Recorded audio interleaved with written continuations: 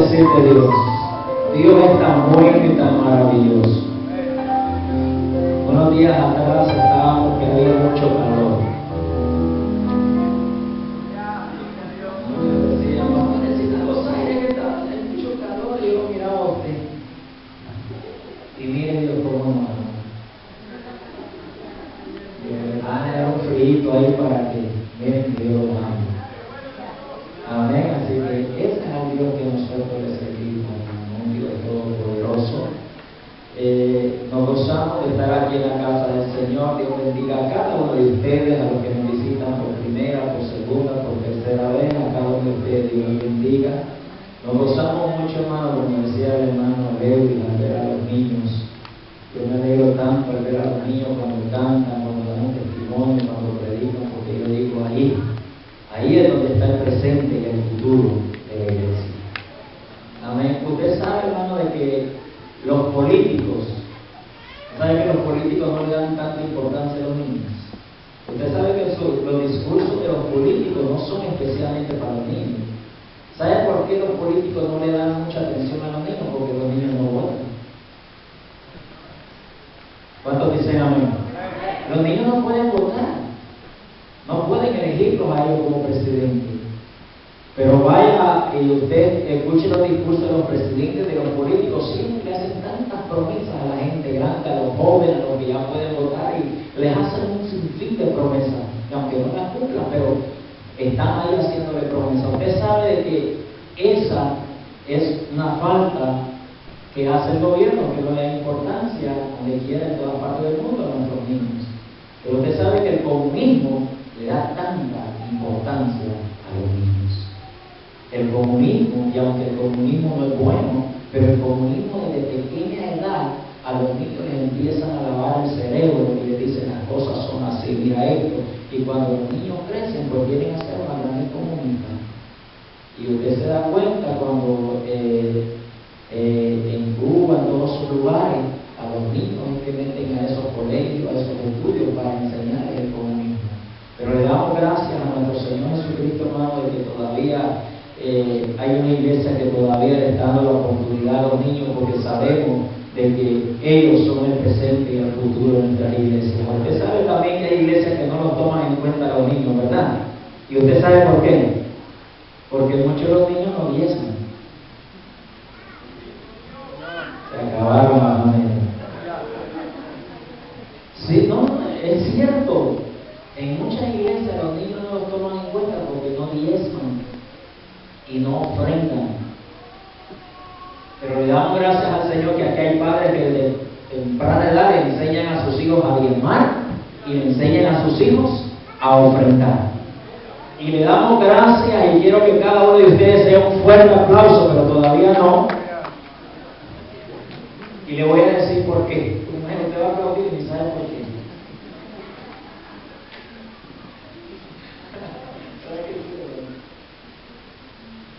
Dese un fuerte aplauso a cada uno de ustedes como padres, que le están enseñando a esa niñez desde temprana edad a honrar al Rey de Reyes y Señor de Señores. Ese es lo fuerte, usted mismo, porque usted como padre está sembrando en su hijo que tiene que ser un adorador de Cristo y no un comunista, ni un pandillero, ni un drogadicto. ¿Por qué? Porque usted está enseñando la palabra del Señor. Y le damos gracias a la maestra, a cada uno de ustedes que se hacen ese esfuerzo para enseñarle la palabra del Señor. He escuchado tantos testimonios, hermano, de gente que son predicadores, evangelistas, maestros. Y dice, yo me recuerdo la maestra que me daba en la escuela dominical en las clases. Yo me recuerdo, aunque yo no iba muy seguido a la iglesia, yo iba nada más a dormirme a la banca cuando iba mi mamá, porque gracias a Dios mi mamá era cristiana, y iba ahí, allá en la tierra, yo me acostaba ahí en unos bloques, esa era mi almohada, pero iba y me recuerdo todavía las alabanzas y los textos que nos enseñaban en la escuela dominical cuando yo iba. Amén. Y eso es lo lindo, hermano, que desde ahora hay que sembrar semilla en nuestros niños para que cuando sean grandes no se aparten del Señor Jesucristo. Amén. Así que póngase de pie, hermano, estírese un ratito, alabado sea el nombre del Señor. Mira, como que tiene mucho frío. Gloria sea el nombre de nuestro Señor Jesucristo. Vamos a entrar al consejo de la palabra del Señor. Señor, que es lo más lindo, lo más precioso, todo es lindo, todo es maravilloso. Pero ha llegado el momento de sentarnos a la mesa y decirle al Señor Jesucristo y al Espíritu de Dios, no te pases de largo. Aleluya, hay que decir como dijo el salmista, este es el día que hizo el Señor. ¿Cuántos vinieron con esa mentalidad? De decirle a Cristo, este es el día, el Espíritu de Dios, este es el día que me vas a bendecir, este es el día que yo voy a recibir mi promesa, este es el día que yo voy a recibir presencia del Espíritu de Dios. Hermano Giovanni con nosotros.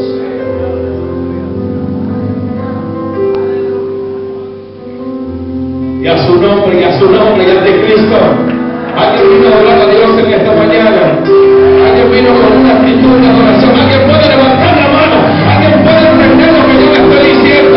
Hay verdaderos adoradores en este lugar que tienen que levantar la mano, como Moisés levantó la mano cuando Josué peleaba con los hombres de Amalek. Dice la Biblia que cuando bajaba la mano, los hombres de Amalek prevalecían. Pero cuando la levantaba, el pueblo de Israel prevalecía. Caían los amalecistas. Yo no sé si usted me está entendiendo. Cuando se levanta la mano, usted lo que está diciendo, Señor, tú eres el único poderoso. Sin ti no soy nadie. Necesito de tu fuerza para poder seguir hacia adelante. Necesito de tu fuerza para poder proseguir. Necesito de tu fuerza para poder vencer.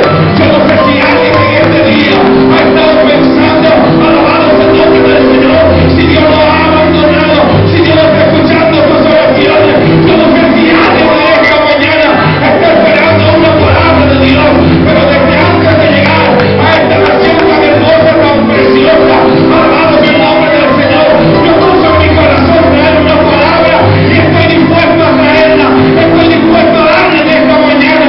Yo no sé si alguien la estaba esperando, pero Dios me estaba diciendo, necesito que lleven esta palabra a mi casa. Yo no sé si aquí hay personas que han perdido la confianza en Dios. Yo no sé si aquí hay personas que todavía la duda lo está manteniendo alejado del Señor. Yo no sé si alguien en este día está dispuesto a escuchar lo que Dios te ha traído. ¡Y a su nombre! Dios es poderoso. Dios es poderoso. Dios es maravilloso. Me siento muy privilegiado del Señor con estar aquí en este día junto a cada uno de ustedes.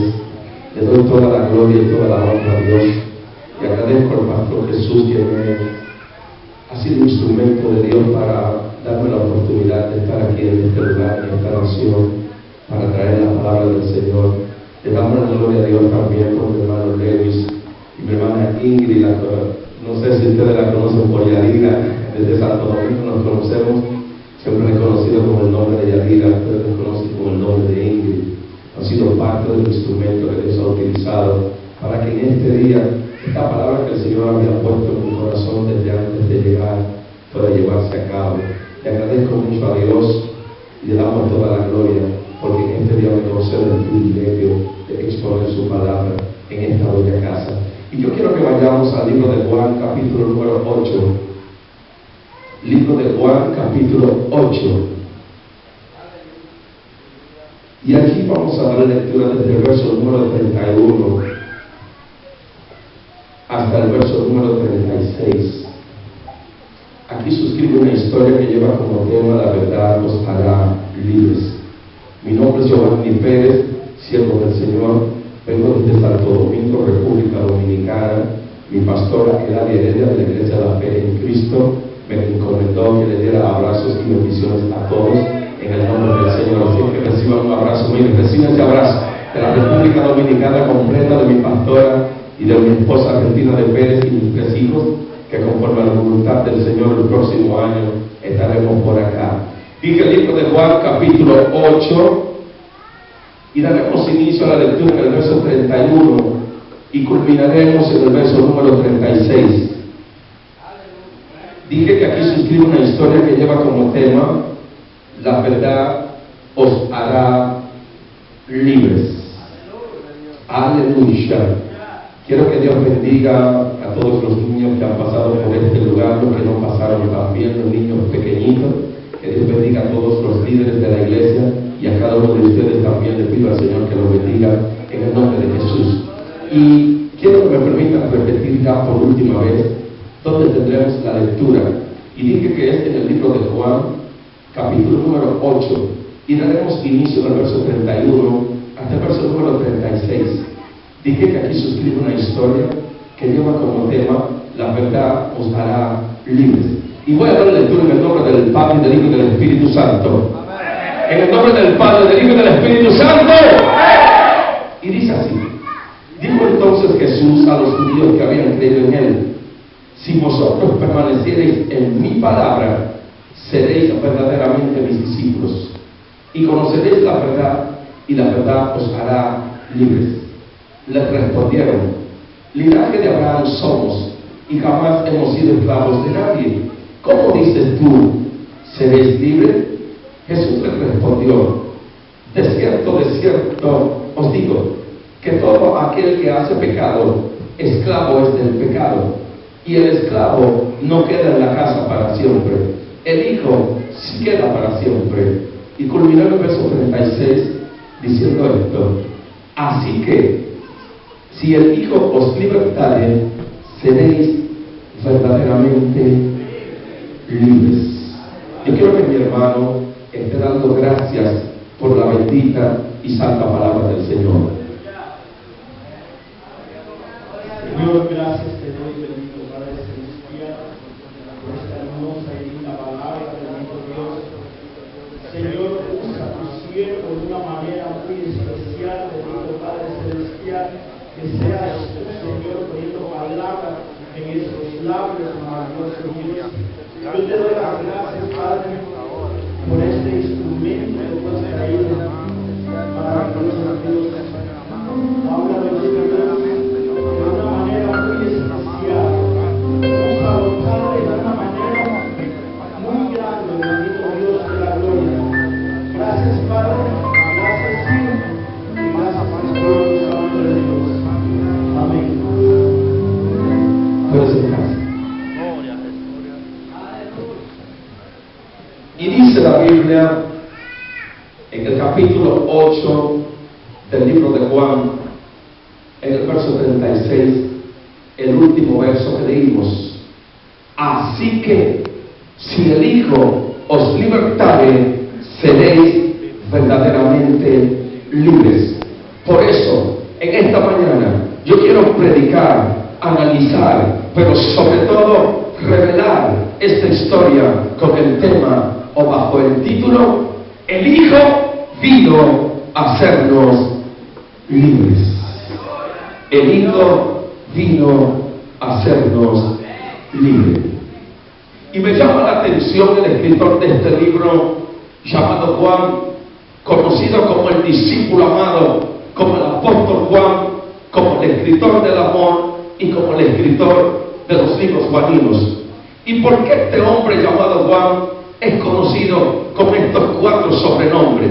Cuando usted busca en el diccionario, la palabra sobrenombre significa un nombre que se pone por encima del nombre a alguien para diferenciarlo o distinguirlo de otros que tienen el mismo nombre. Y este hombre llamado Juan es conocido como el discípulo amado, producto de que cuando Jesús de Nazaret inicia su ministerio a la edad de 30 años, comienza a llamar a 11 personajes para constituirlo como sus discípulos.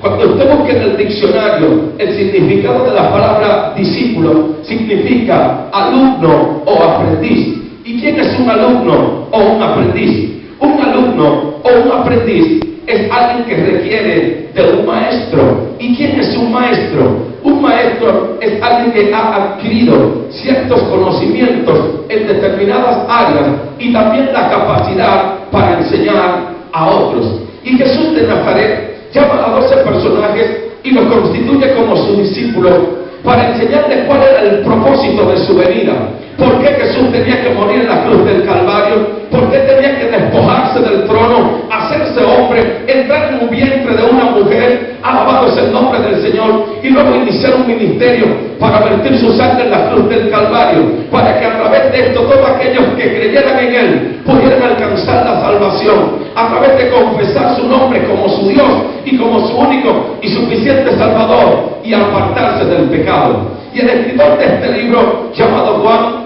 es conocido, alabado sea el nombre del Señor, como el discípulo amado, producto de que la Biblia establece que de los 12 discípulos que llamó Jesús de Nazaret al ministerio, era el único que recostaba la cabeza sobre los pechos del Maestro. Es muy fácil escuchar esto, es muy fácil leerlo, pero cuando yo leía esta parte, la Biblia me impactó, me estremeció, y yo decía, ¿cómo es posible que este hombre llamado Juan fue el único hombre sobre la tierra que pudo escuchar los latidos del corazón del que creó los cielos y la tierra? Ay, Dios mío, yo no sé si alguien me está entendiendo. Se siente tan sencillo escuchar que este hombre recostaba la cabeza sobre los pechos del Maestro, pero Juan recostaba la cabeza sobre el pecho de aquel hombre que se encarnó, se hizo hombre para decirle al diablo en la cruz del Calvario: consumado este vencí, llegó la hora de tu derrota y la victoria de aquellos que creen en mi nombre y a su nombre. Y es conocido como el apóstol Juan, porque cuando usted busca el significado de la palabra apóstol, significa enviado. Y cuando usted busca el significado de la palabra enviado, significa cuando alguien le encomienda a alguien que lleve algo a determinado lugar. Y Jesús de Nazaret, cuando llama a estos 12 personajes, me llama la atención que solo 11 de ellos alcanzaron el apostolado, producto de que uno de ellos se desvió tras la avaricia. La Biblia establece que Judas era ladrón y metía la mano en la bolsa, y esto provocó que este hombre no fuera libre. Estando con aquel que vino a traer la libertad, se mantenía esclavo. Yo no sé si alguien me está entendiendo. Dentro de la iglesia hay muchos que somos esclavos, teniendo aquel que vino a hacernos libres. Alabamos el nombre del Señor. El Hijo vino a libertar a los que estaban cautivos. El Hijo vino a libertar a los que estaban en delitos y en pecado. Él ha llamado a una iglesia a vivir en santidad, a vivir en una íntima comunión, a vivir conforme a los estatutos en la palabra. Y da vergüenza decir que dentro de la iglesia hay más esclavos que libres. ¡Y a su nombre! Y este hombre llamado Juan es conocido como el escritor del amor, producto de que cuando usted hace un análisis en todos los libros que escribe Juan, se dará cuenta que este hombre habla de la manifestación o de la misericordia que establece Dios a la humanidad a través de su Hijo amado. Cuando usted hace un análisis de todos los libros, se dará cuenta que este hombre habla de esa misericordia tan linda, tan preciosa, que Jehová de los ejércitos manifiesta a través de su Hijo. Y es conocido como el escritor de los libros juaninos, producto de que es el único de los 12 apóstoles que Jesús llamó, o de los 12 discípulos y de los 11 apóstoles, que escribe 5 libros. Cuando usted va a la Biblia, se dará cuenta que Juan escribe este primer libro donde hemos leído. Luego escribe la primera, segunda y tercera carta de Juan, y culmina en el último libro de la Biblia, que es conocido como el libro de Apocalipsis. Cuando usted busca el significado en el diccionario de la palabra o el nombre Apocalipsis, significa revelación. Y cuando usted busca en el diccionario lo que significa la palabra revelación, significa algo que estaba oculto y se ha dado a conocer o se ha manifestado. Y este hombre llamado Juan tiene una relevancia increíble en las Sagradas Escrituras, y me llama mucho la atención. Y es que cuando yo escudriñé desde el primer libro de la Biblia, que es conocido como el libro de Génesis, que significa principio. ¿Y por qué el libro de Génesis se llama principio? El libro de Génesis se llama principio porque es aquí donde la Biblia establece el principio de la creación del hombre. Suscribe aquí el principio de cuando Dios crea la lumbrera mayor, que es el sol, la lumbrera menor, que es la luna, donde Dios crea los árboles frutales, los árboles del campo, los peces del mar, las aves del cielo, las fieras del campo. Es aquí donde establece este principio. Pero aunque se llama principio, no es aquí cuando Dios crea la tierra, sino que la tierra ya antes estaba creada. Por eso dice la Biblia en el libro de Génesis capítulo 1 y verso 1, que en el principio la tierra estaba desordenada y vacía. Y es aquí en el principio de la Biblia, de este libro llamado Génesis, donde se escribe el principio de cuando Dios ordena la tierra, que una vez estaba ordenada, pero se desordenó. ¿Y qué la desordenó? le dejo esto para cuando yo regrese el próximo año, porque si hablo de esto, voy a privatizar el mensaje, para que se quede con el deseo de escucharlo. Y este hombre llamado Juan me llama mucho la atención, producto de que cuando yo escudriñé la Biblia, en el primer libro que es conocido como Génesis, que dijimos que significa creación, y es conocido como el Tará. Cuando usted traduce la palabra Tará, se dará cuenta que significa Pentateuco. Y cuando usted busca el significado de la palabra Pentateuco, se dará cuenta que significa un libro que se compone de 5 partes. Por lo que los primeros 5 libros de la Biblia son conocidos como el Tará, que significa Pentateuco. Llámese Génesis, que significa principio. Éxodo, que significa salida. ¿Y por qué Éxodo se llama salida? Se llama salida porque es aquí donde la Biblia suscribe cuando el pueblo de Israel sale de la esclavitud de 430 años. Duró 430 años esclavizado y 30 años que duró la gracia, después que el pueblo clama a Jehová, para Jehová manifestar, alabado sea el nombre del Señor, su misericordia y sacarlo de la esclavitud del pueblo de Egipto. El tercer libro es conocido como Levítico. Cuando usted busca el significado en el diccionario bíblico, lo que significa la palabra Levítico, se dará cuenta que significa la constitución de los sacerdotes o la vestidura sacerdotal. ¿Y por qué se llama la constitución de los sacerdotes o la vestidura sacerdotal? Porque es aquí cuando Jehová saca el pueblo de la esclavitud de Israel de Egipto, llama a un hombre llamado Moisés para que le constituya, alabado es el nombre del Señor, los hombres que se iban a encargar de trasladar el tabernáculo a las cosas santas del Señor. Y me llama mucho la atención, alabado es el nombre del Señor, que cuando usted escudriña las Sagradas Escrituras, cuando se levanta el tabernáculo, que era el lugar donde se ofrecía la expiación, se ofrecía, den un aplauso a Dios, se ofrecía el holocausto. La primera persona que entra a este lugar es alguien llamado Moisés. Pero había una práctica, y es que el sumo sacerdote primero tenía que ofrecer una expiación. ¿Y qué era una expiación? Una expiación era un sacrificio de un macho cabrío, donde se rociaba la sangre en el altar, donde se quemaban las grosuras para Jehová perdonar o remitir el pecado del pueblo de Israel. Pero antes del sumo sacerdote ofrecer una expiación por el pueblo, tenía que ofrecer una por él para el perdón de sus pecados. Pero cuando este hombre llamado Moisés elige el tiempo que significa levantar el tabernáculo, me llama la atención que este hombre no ofreció una expiación por él. Y de aquí donde la Biblia establece que Jehová llama al pueblo de Leví para que sean ellos los que se iban a encargar de transportar, se iban a encargar de todas las cosas santificadas del Señor. Y el cuarto libro es conocido como Número. ¿Y por qué se llama Número? Se llama Número porque es aquí donde establece la Biblia que se censó el pueblo de Israel 2 veces. La palabra censo significa un conteo. Es donde se contó en el pueblo de Israel todos los mayores de 20 años. ¿Y por qué se contaban solamente en la antigüedad los mayores de 20 años? Se contaban en la antigüedad los mayores de 20 años porque aquellos eran los que podían salir a la guerra a pelear contra los ejércitos enemigos cuando se levantaban contra el pueblo de Israel. Y el quinto libro es conocido como Deuteronomio. Cuando usted va al diccionario se dará cuenta que este nombre no tiene, alabado sea el nombre del Señor, no tiene nombre en el cual se puede traducir, pero sí podemos decir que en el libro de Deuteronomio hay algunas historias que son repetitivas, las cuenta el mismo escritor, que ya en otros libros, alabados el nombre del Señor, habían sido escritos.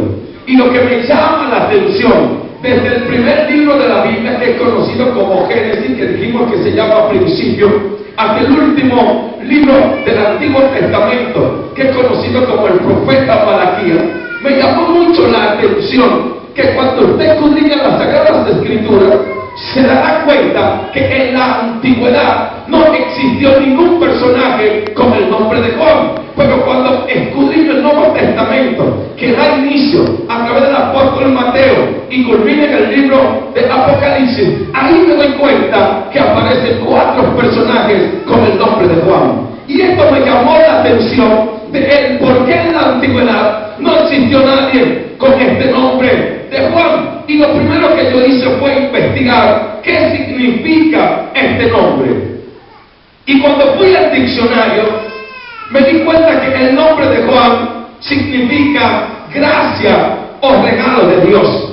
Y cuando usted busca el significado de la palabra gracia, se dará cuenta que significa inmerecido. Y cuando usted busca lo que significa inmerecido, se dará cuenta que significa cuando alguien le da algo a alguien que no lo merece. Y cuando busca el significado de la palabra regalo, se dará cuenta que dice cuando alguien de manera espontánea le da algo a alguien. Y cuando usted busca en el diccionario la palabra espontáneo, se dará cuenta que significa cuando alguien de lo profundo de su corazón decide darle algo a alguien. Y me llamó la atención que cuando comienzo a escudriñar en el Nuevo Testamento, el primer personaje que encuentro con el nombre de Juan es alguien conocido como Juan el Bautista. Y aquí es que yo digo, Dios mío, pero esto sí es lindo, es que Juan venía anunciando una gracia del cual la humanidad no era digna de recibir el perdón de los pecados.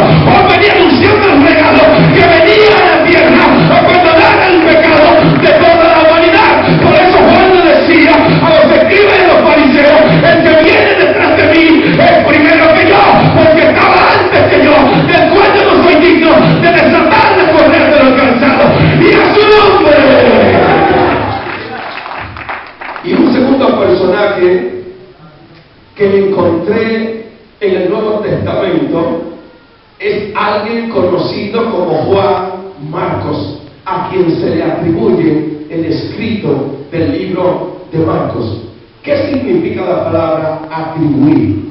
La palabra atribuir significa que se le asigna este libro, pero que claramente la Biblia no determina que este sea el escritor, sino que se hace una relación y lo que más acorde esté con esa persona, los conocedores, los eruditos de la palabra de la antigüedad se lo atribuyen. Y el libro de Marcos se le atribuye a este escritor que es conocido en la Biblia como Juan Marcos. Y un tercer escritor, o más bien un tercer nombre que se encuentra en la Biblia como el nombre de Juan, es un familiar de un sumo sacerdote que estuvo presente cuando se estaban enjuiciando a Pedro y a Juan, producto de haber levantado un paralítico en el templo de Hermosa, según suscribe la Biblia en el libro de los Hechos, capítulo 3, alabado sea el nombre del Señor, desde el verso 1 hasta el verso 10. Y un cuarto personaje es este hombre del que estamos hablando, llamado Juan. Y me llama la atención sobremanera que en esta historia este hombre habla como algo chocante, habla algo como que es incoherente humanamente analizando las Sagradas Escrituras. Pero cuando usted analiza en el Espíritu y recibe la revelación de ella, usted se dará cuenta qué es lo que la Biblia quiere hablar de esta historia tan profunda. Y es que comienza diciendo en el verso 31 que Jesús les dijo a los judíos que habían creído en él: si vosotros permaneciereis en mi palabra, seréis verdaderamente mis discípulos. Yo puedo imaginar que cuando Jesús le habló a aquella multitud, aquellos hombres se miraron unos a otros. Aquellos hombres a lo mejor decían: pero ¿qué es lo que está diciendo Jesús? Y pude darme cuenta que no le estaba hablando a los escribas y a los fariseos. ¿Y quiénes eran los escribas y los fariseos? Los escribas y los fariseos eran doctores de la ley, conocedores de la ley y maestros de la ley. ¿Y qué era la ley? Para explicar qué era la ley, tengo que decirle a usted que la Biblia se compone o se divide en dos libros o en dos tiempos, que es el Antiguo Testamento y el Nuevo Testamento. ¿Y qué significa la palabra antiguo? La palabra antiguo significa viejo o algo que está a punto de desaparecer. ¿Y qué significa la palabra testamento? La palabra testamento significa pacto o convenio. ¿Y qué es un pacto o un convenio? Un pacto o un convenio es un acuerdo que se hace entre dos personas o más para cada uno de ellos respetar lo que se ha establecido. Y en el Antiguo Testamento había un pacto que Jehová había hecho con el pueblo de Israel, en el cual todos ellos tenían que regirse por este pacto.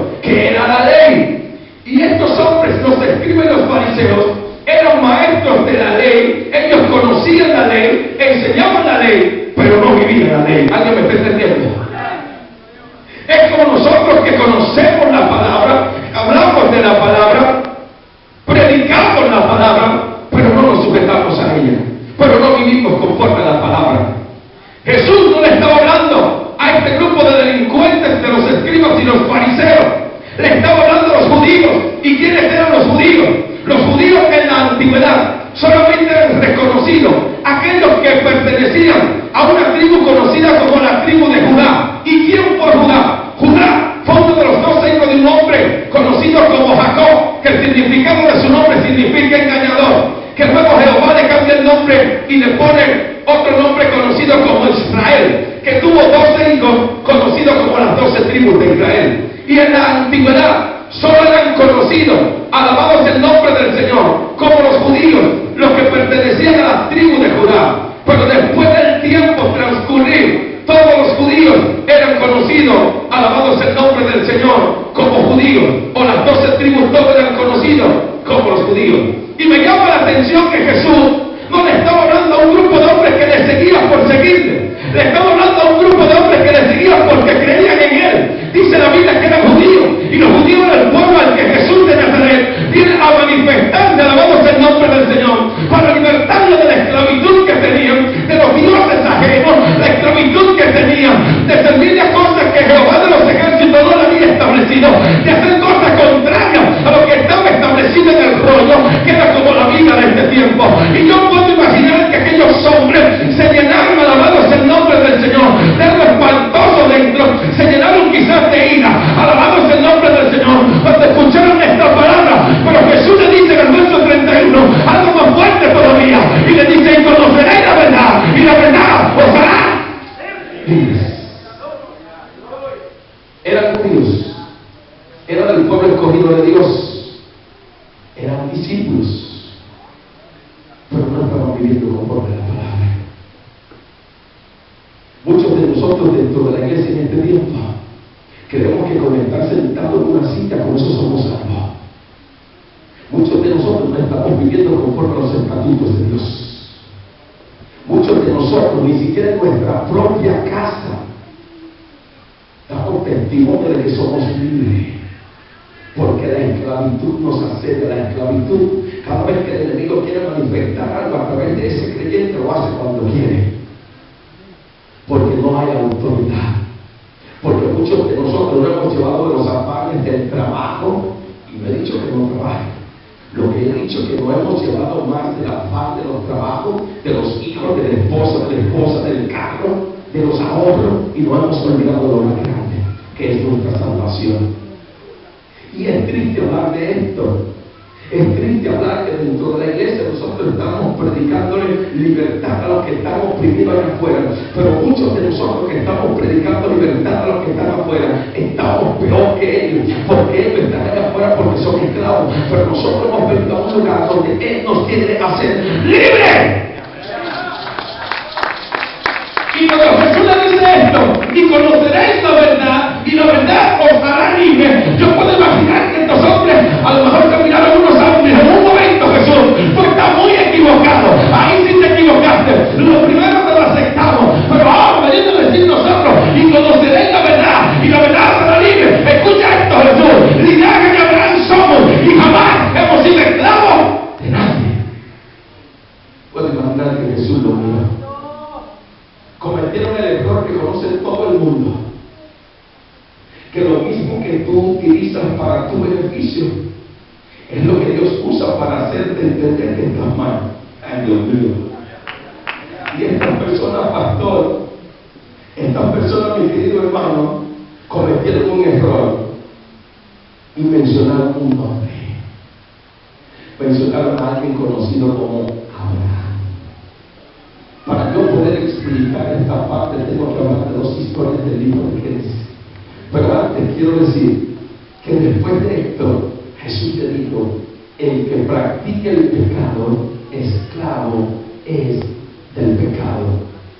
Y el hijo o el esclavo no queda en la casa para siempre. El hijo sí queda en la casa para siempre. Dije que estos hombres cometieron un error y fue mencionar a un hombre llamado Abraham. Y para yo explicar cuál fue el error, yo quiero dar inicio hablando de una historia que se encuentra en el libro de Génesis, capítulo 11, desde el verso 27 hasta el verso 32, que dice: los descendientes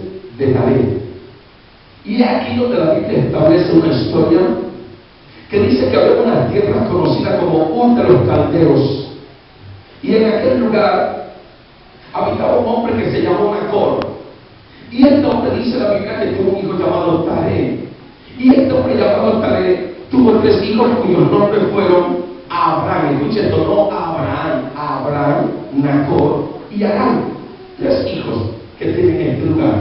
Y este hombre decide salir de la tierra de Ur de los Caldeos a las tierras de Parán o a las tierras de Arán.